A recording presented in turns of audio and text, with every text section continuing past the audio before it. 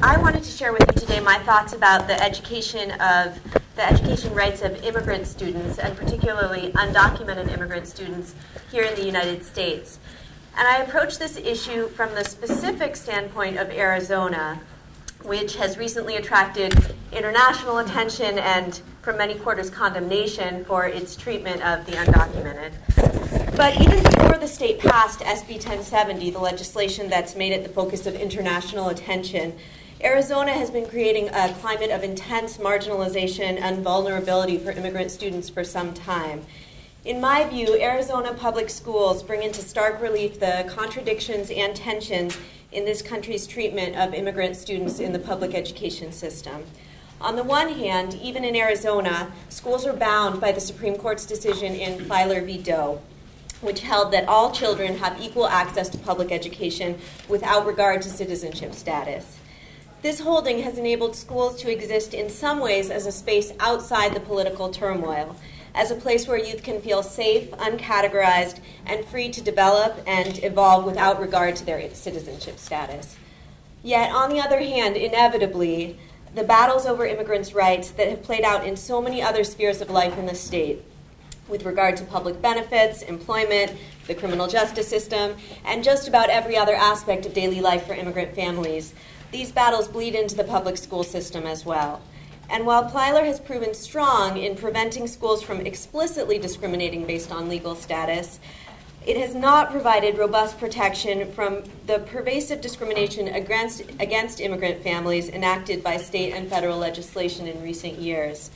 Thus, in some ways, just as Brown v. Board can be seen as an example of both the strengths and limitations of the Supreme Court's ability to address systemic inequities in our public education system, so too does Plyler demonstrate this paradox. So to understand these dynamics, it may be helpful to begin by laying out the tensions inherent in the case law regarding non-citizens' access to equal education in this country. It's interesting to begin with Brown v. Board, the Supreme Court's most powerful statement of the country's commitment to equal education rights for all. In Brown, the court actually references citizenship in its discussion of the societal importance of education, describing education as, quote, the very foundation of good citizenship. Clearly, the court was not at that time focused on the thorny question of the rights of non-citizens to an equal education. But the fact that the court chose to frame its discussion of education in citizenship terms is revealing of the way education cuts to the heart of what it means to be a member of a shared community. And nearly 30 years later, in Plyler v. Doe, the court would be confronted directly with the question of the extent to which its holding in Brown extended to non-citizens' demands for equal access to education. In Plyler, the court struck down a state statute that attempted to restrict public education based on citizenship. The court held that primary and secondary school education must be available to all, regardless of citizenship status, because to hold otherwise would, quote, pose an affront to one of the goals of the Equal Protection Clause, the abolition of governmental barriers presenting unreasonable obstacles to advancement on the basis of individual merit. In reaching this conclusion, Plyler expressly referenced the Brown Court's description of education as the foundation of good citizenship, making clear that it understood citizenship in terms beyond legal status distinctions, as membership that transcended these categorizations and extended to all children living in a community. In the years since, Plyler's holding has translated into concrete and powerful protection for undocumented students. It was the basis for striking down California's attempt to restrict access to public education based on immigration status in Proposition 187, and in many smaller-scale district-level attempts in the years since. Yet Plyler is not a simple success story.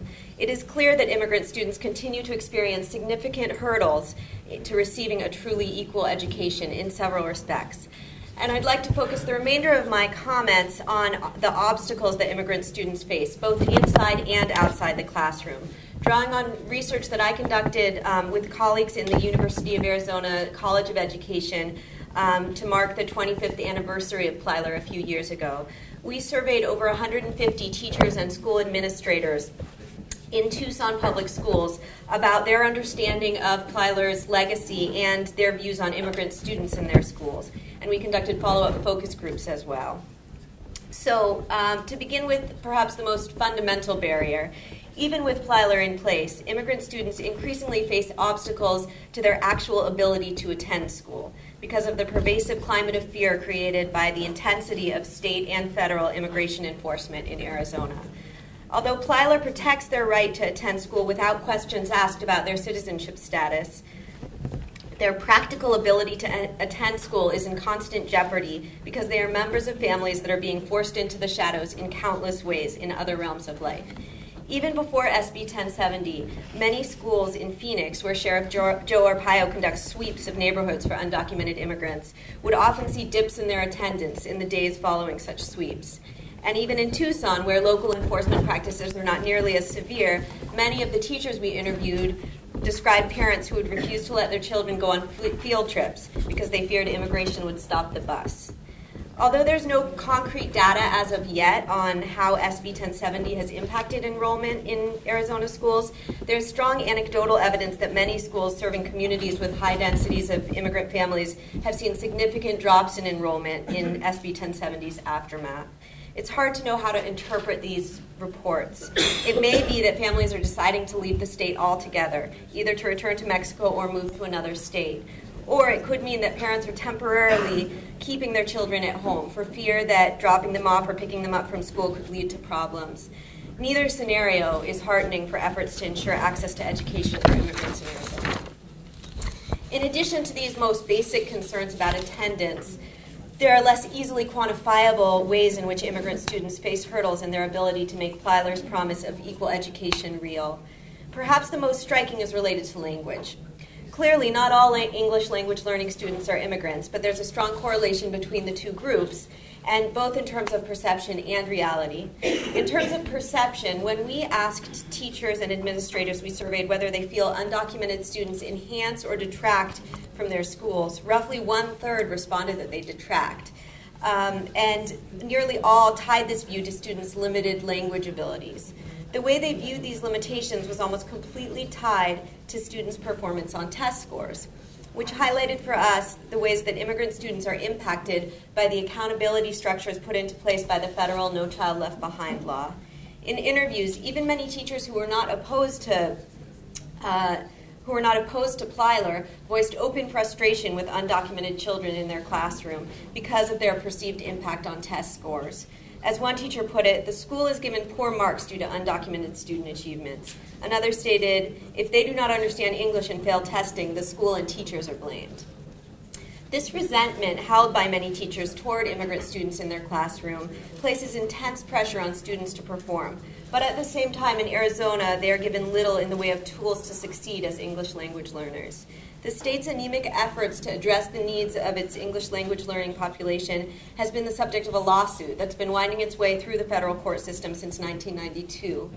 Last term, the Supreme Court heard the case, Horn v. Flores, and the decision highlights a court with a dramatically different view of the appropriate role of the federal court vis-a-vis claims of discrimination in the public school system than the court in Plyler.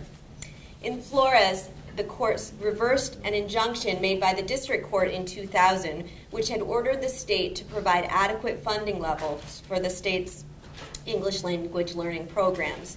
This injunction came in response to the uncontested fact that the state only provided school districts with $150 out of the $617 necessary per student to cover the costs of English language learning programming.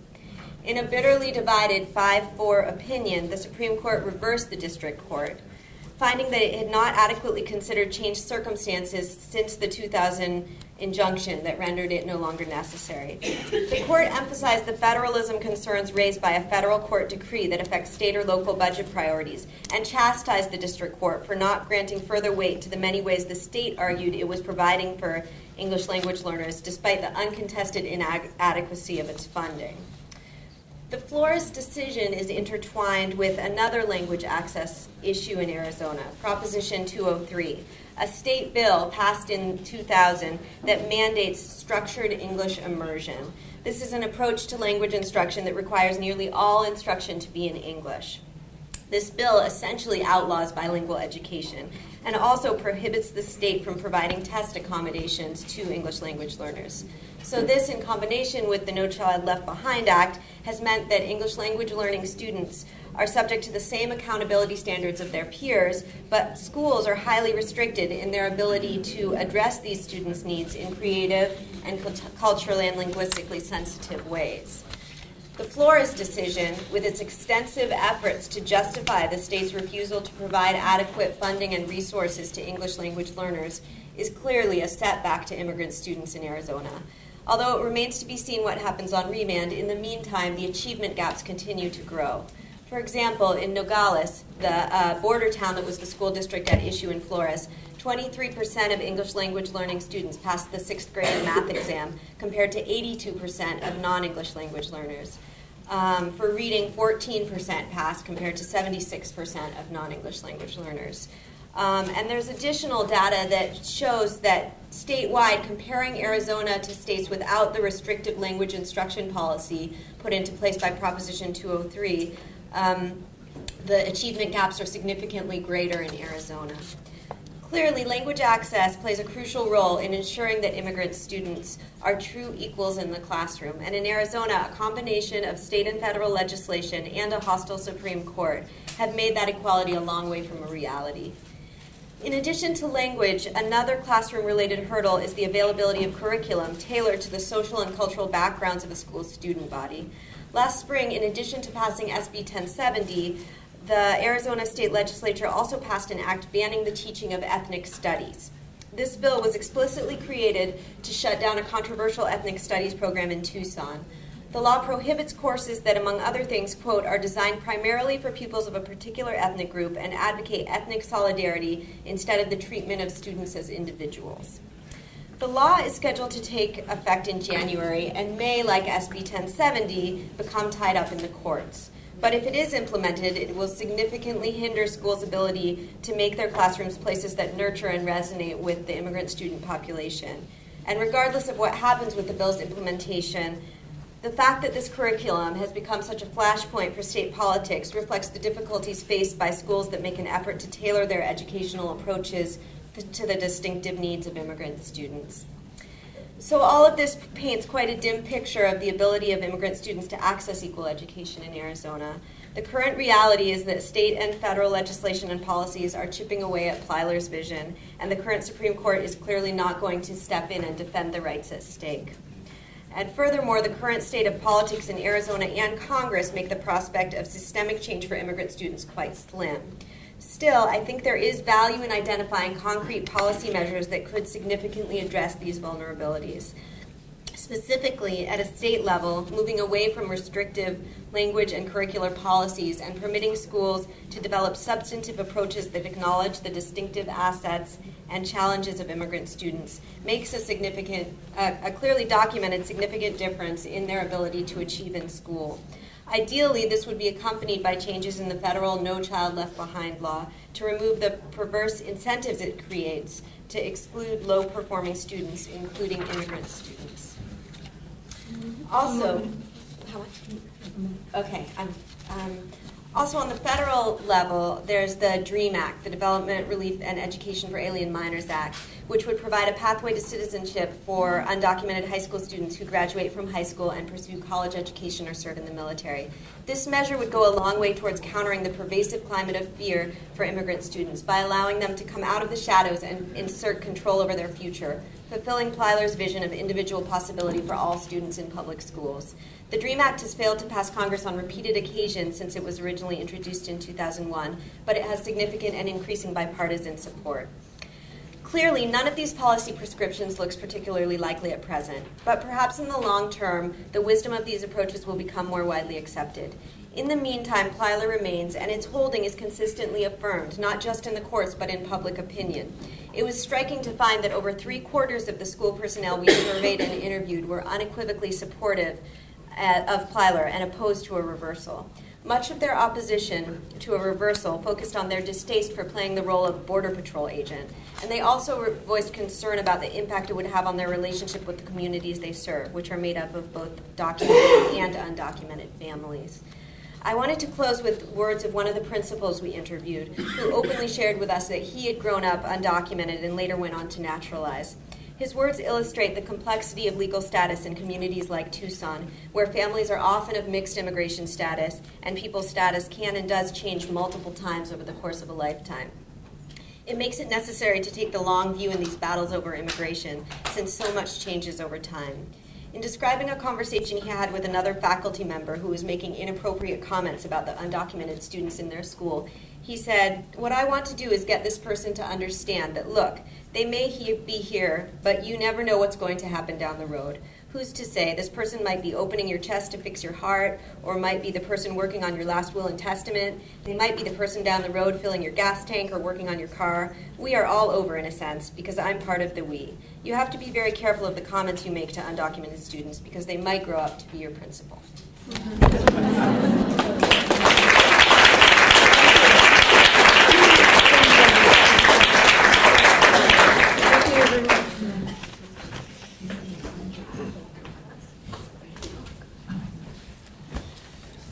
Thanks, Deena, and thanks to the organizers of this very stimulating symposium.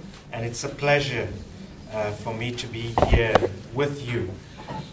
Just following on from the previous session panel, I think a range of issues were raised which really stimulated my thinking and made me change my presentation a few times. But just to say that we are also grappling with very similar issues. I'm from South Africa, a country that for half a century had the system of apartheid, which the UN declared a crime against humanity.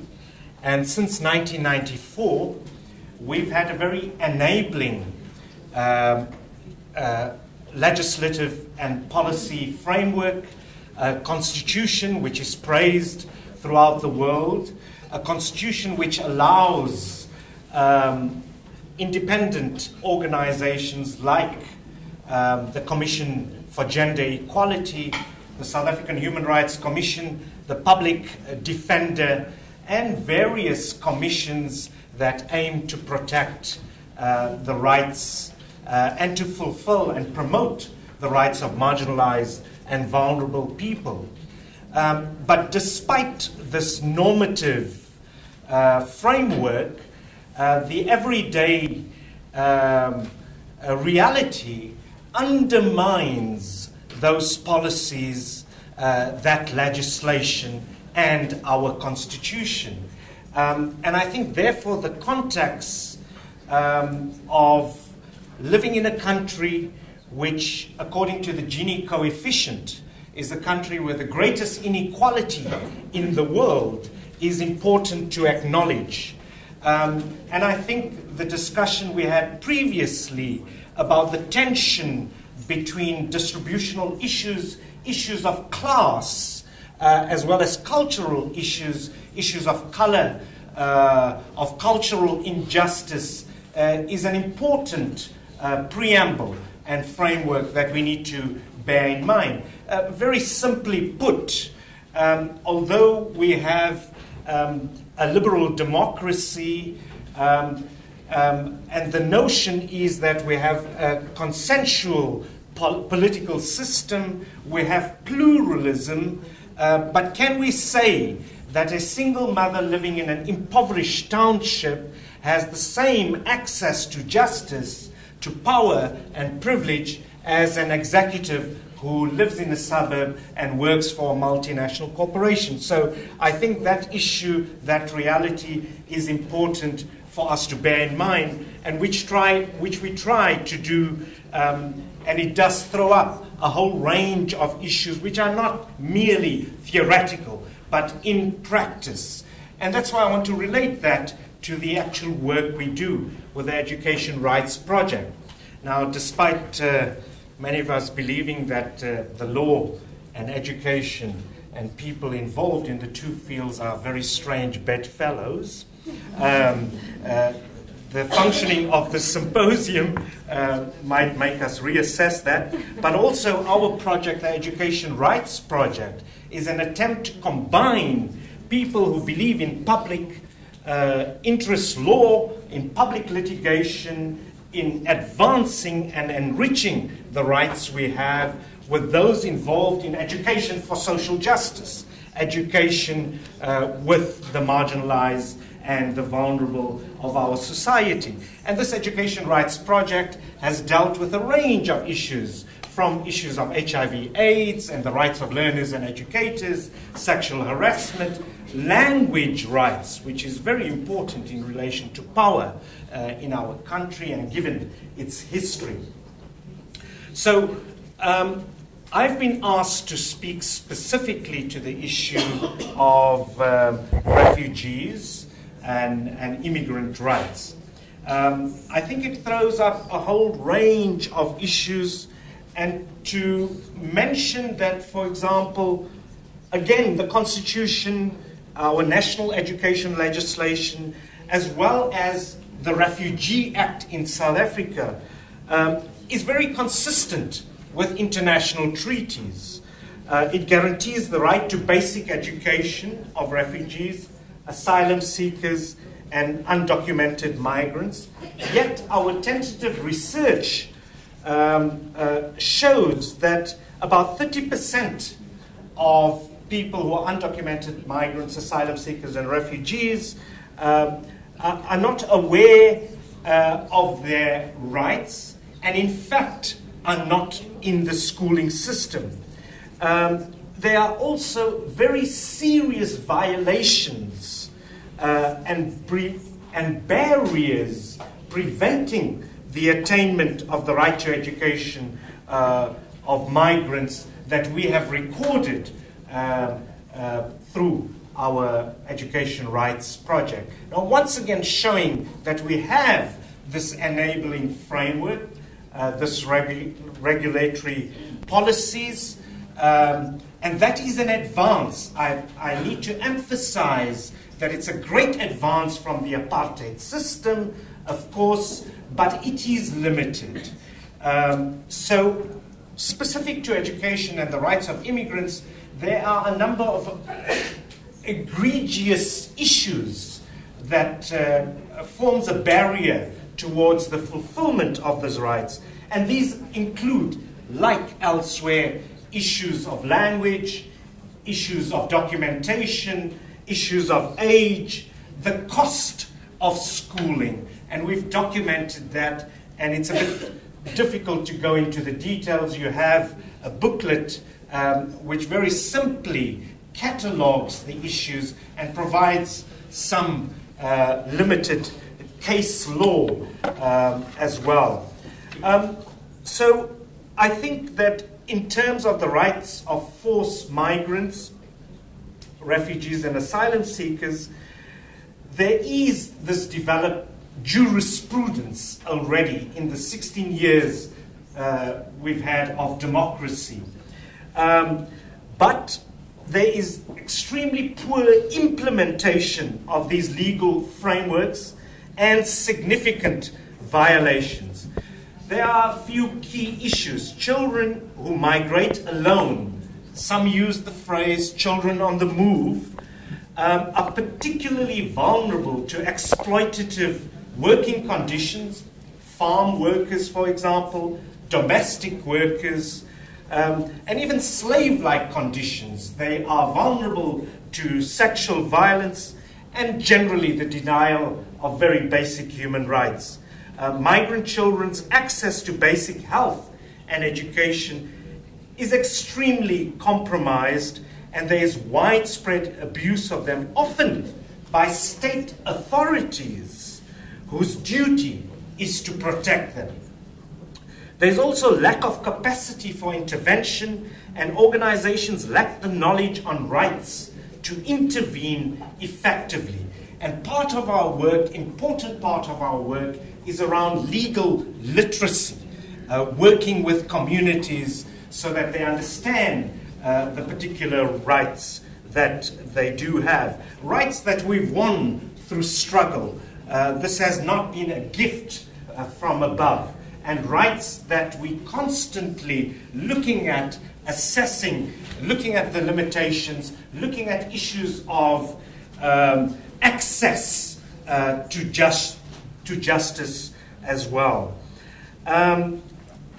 Quite often access to these rights are almost exclusively facilitated by NGOs and civil societies.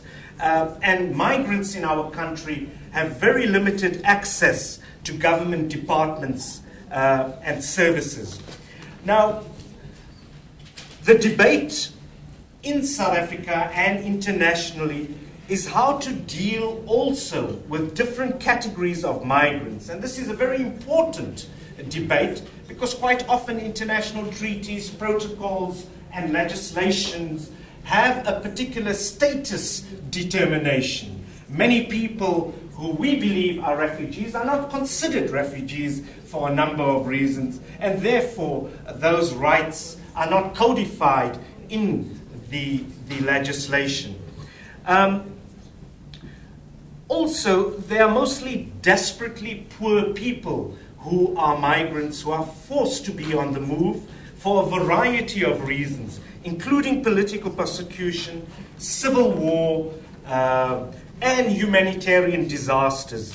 And, you know, with climate change, that is increasing all the time. It's exacerbating the kind of environmental disasters which give rise to this migration. And it's huge. It is also true that migrants are often recognized as being inclined to work harder and are often better skilled, whether through education or experience, than the poorest people in the host nation. And given our country, given the high inequality, given our history, this kind of tension, which you find in your country as well, creates huge problems. In our country, we had xenophobic outbreak not too long ago, very tragically, but also all the myths that arise out of migration, and where education, the curriculum, and schooling plays a very important role in combating. You've heard those already. The immigrants are coming here to take our jobs, etc., etc. 2 more minutes. So South Africa, like the US and other countries, owes its current wealth partly to migration and labor over many decades. And one needs to recognize that in the 2 minutes, there are 2 key issues. You can see this is not being very fluid any longer. I had a plan. But let me throw these 2 issues, and it relates to the keynote talk by Peter as well. I think quite often we see migrants and others and marginalized and vulnerable communities as hapless victims. And I think that's really problematic. We have to recognize that they have this funds of knowledge and that really human rights and issues around it and the protection of human rights must primarily not just refer to international documents and treaties. That is important, of course, but if we limit ourselves to that, it is just a form of declarationism, which quite often is not translated into reality. Rather, the praxis of the survivors of human rights violations, their voices, their organizations, their ability to deal with trauma and grief. You have a document with you that catalogs the voices of young children who come from around the world, and the struggles they go through is important. The second point I want to throw into the mix, I can't go into detail, it's about accountability. And when Peter was talking about, as well as the previous panel, Nisha, etc., we're talking about the 4A framework, issues of accountability and participation I've just mentioned. accountability is vitally important, and one can ensure accountability of states and duty bearers in different ways beyond just the principles and the statements of intent, but by looking at the details. And finally, I want to end by saying that in our booklets, we try and use this in a participatory way. Many of the questions and the legal questions asked by communities we develop with them, as well as basic research protocols. And we always stress the importance of educating people about particular values, etc. And we believe that education and schooling, it's where ideas are debated. Education is more than just skills, a sense of respect for others, taking a stand against injustice, inequality, and discrimination is as important as learning to read, write, and count. And I'll end there. Thank you very much.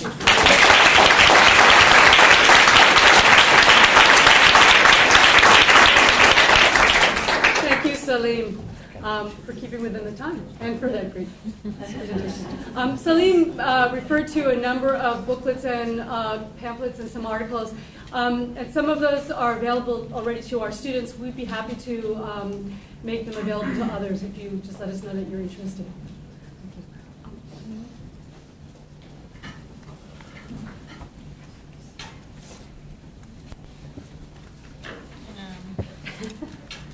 So we give you 5 minutes morning? Well, I know this is going to eat into my minutes, but I still want to thank Deena and Caroline for inviting me. I'm called my presentation, which is where? Oh, yeah, sorry. That's here. Let's just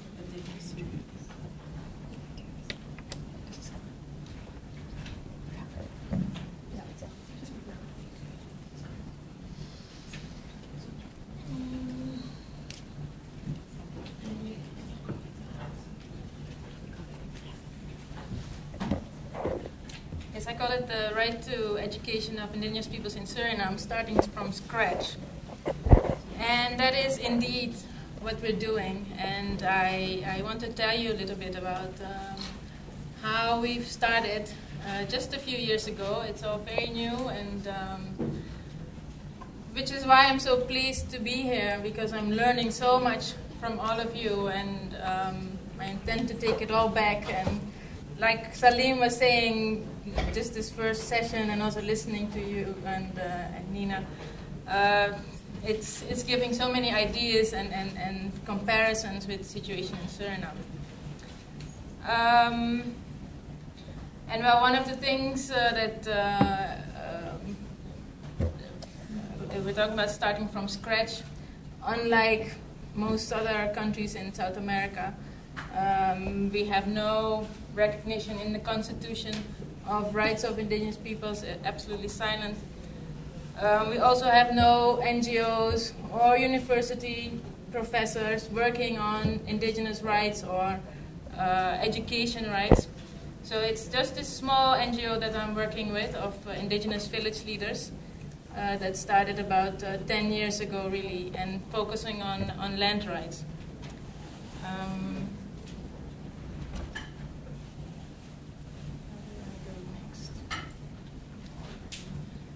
But let's see where we are. Suriname is in South America.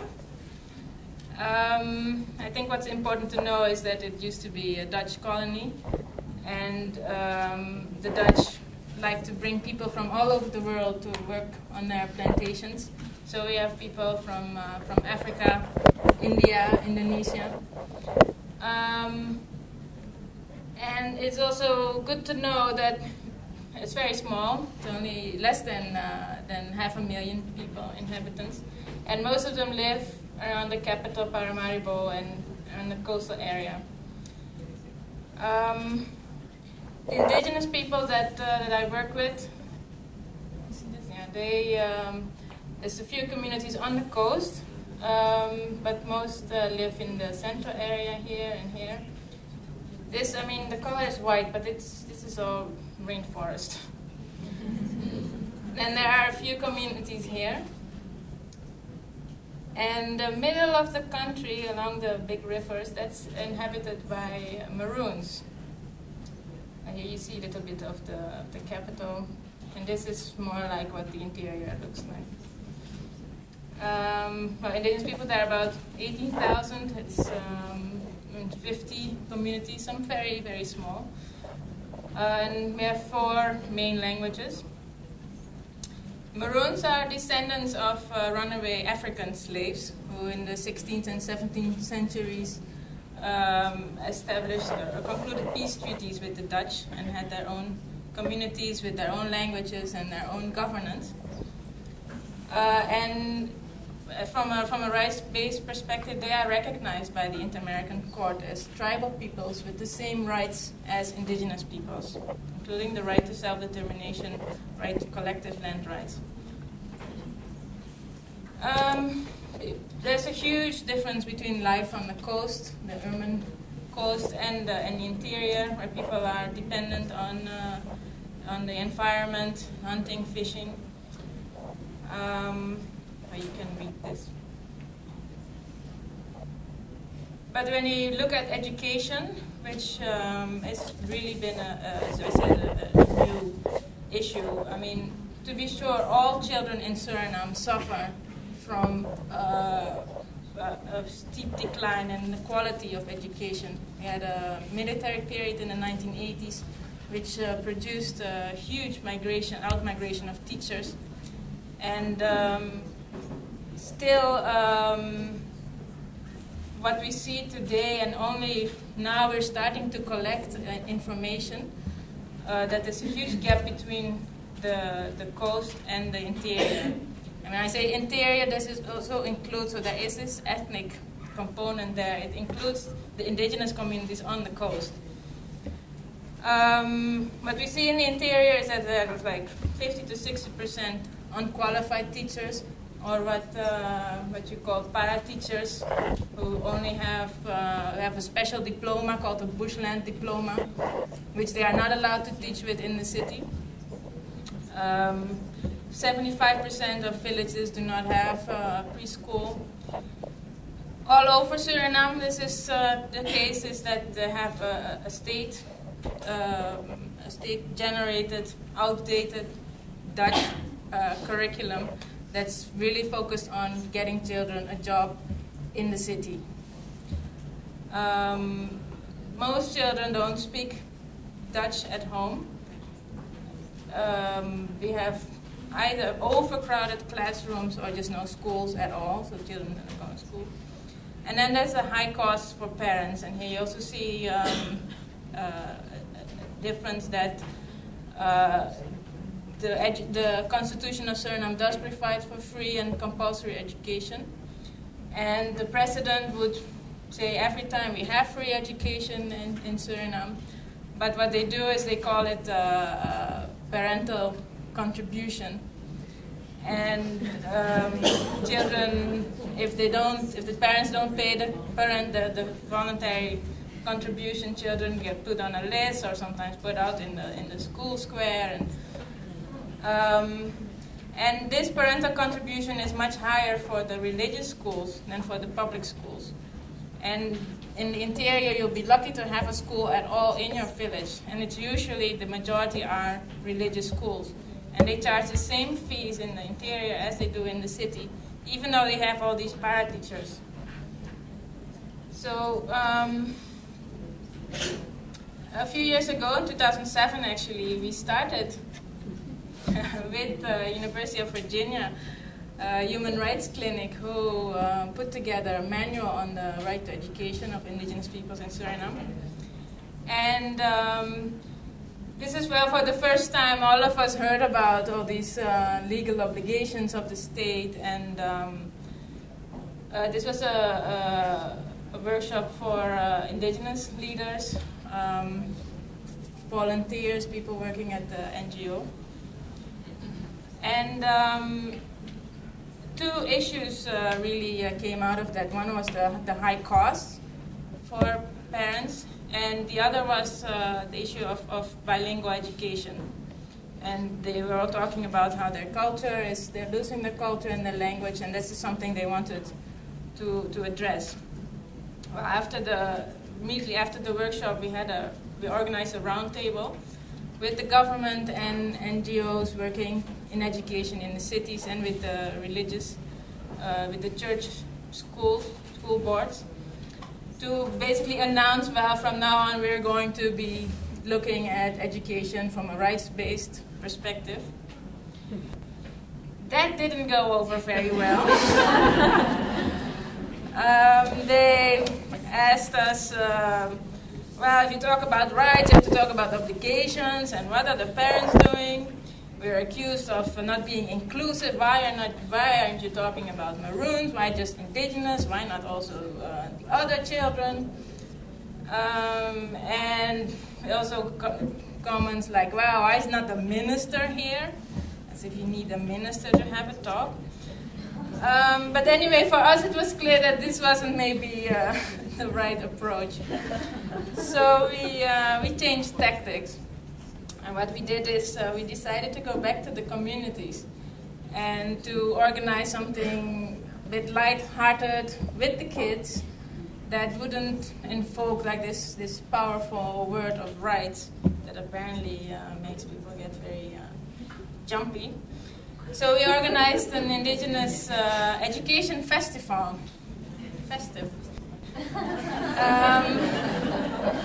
And actually, it was, we are actually very surprised by the direction of the communities. We got together the teachers and the village leaders, parents, and in 8 villages, they each organized workshops for around traditional activities.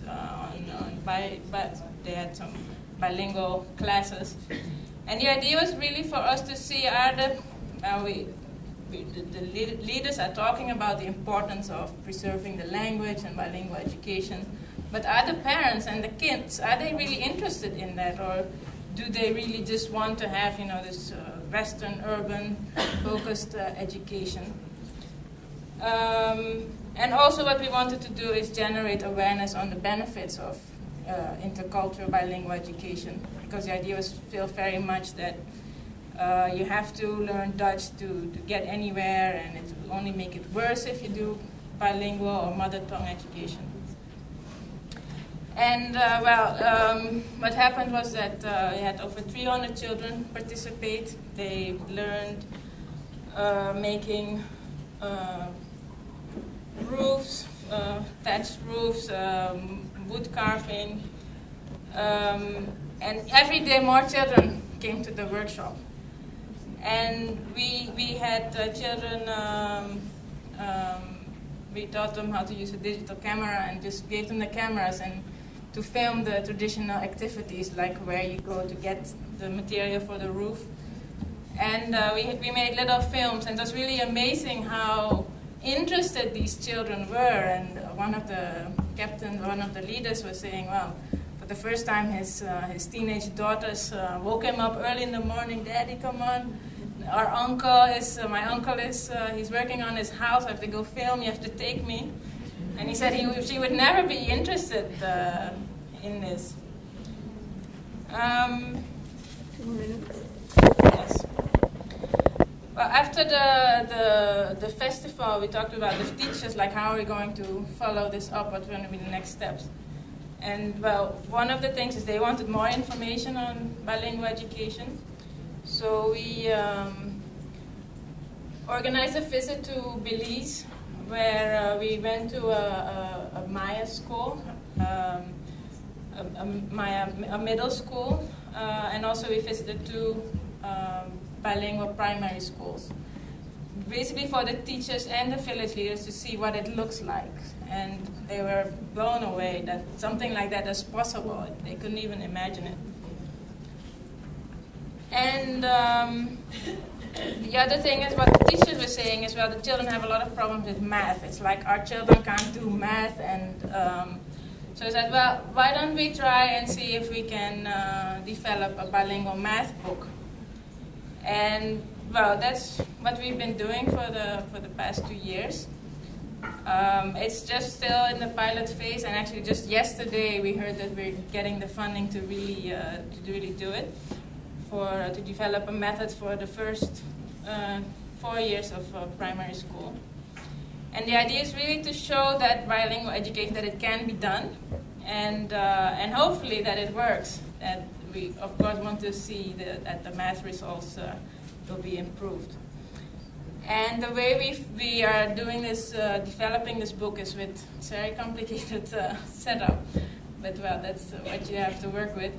Is we have a Dutch math expert in Holland, working with an illustrator from New Zealand in Holland, and me as the go-between with the local teachers, and show them what the book looks like, and then they give their input, and they translate it. The village leaders are also involved. And this lady here is the teacher. She's been teaching in the first grade for about 30 years. And the minute we started, she immediately used it in the classroom. And what she said after a year, we were just developing it, and our idea was really just to start, and the book was finished. But she started immediately. And she said that she uses the book when the kids it's afternoon and hot, and she uses it to energize them. They love it, and every time, for the first time, she says, they ask they want to do math, and they see that it's their book, and it's, well, this was a bit of what we use to convince people. This is what the current math book looks like. It's very dull and incomprehensible. And this is one of the pages. And the idea is that there's no copyright, and that means we'll put it on internet and everybody else can use it and adapt it to their own needs, use other languages. And it's in black and white to keep it cheap, and that teachers can copy it and print extra copies themselves. And so the next steps are really to expand this method to other indigenous areas and Maroons who have asked for this. They've seen it and they want to do it. To continue awareness around education rights, and really to collect facts. We really need to, if we want to address education rights, we need to know what the situation is in the interior and the coast to be able to make this comparison and to identify the problems. Well, so what are some of the lessons that we've learned? It's really this bottom-up approach is absolutely essential. And what we found is that the combination of having teachers, local teachers, with the traditional leaders and the parents, that's a very powerful combination. And then the other lesson is to start small, but to start and not to wait until everybody is in agreement and in line, because it's never going to happen. And I hope in a few years that I can come back and tell you how successful our method has been. But thank you, and if you have any questions tomorrow, we'll also be able to show some of the films. Thank you.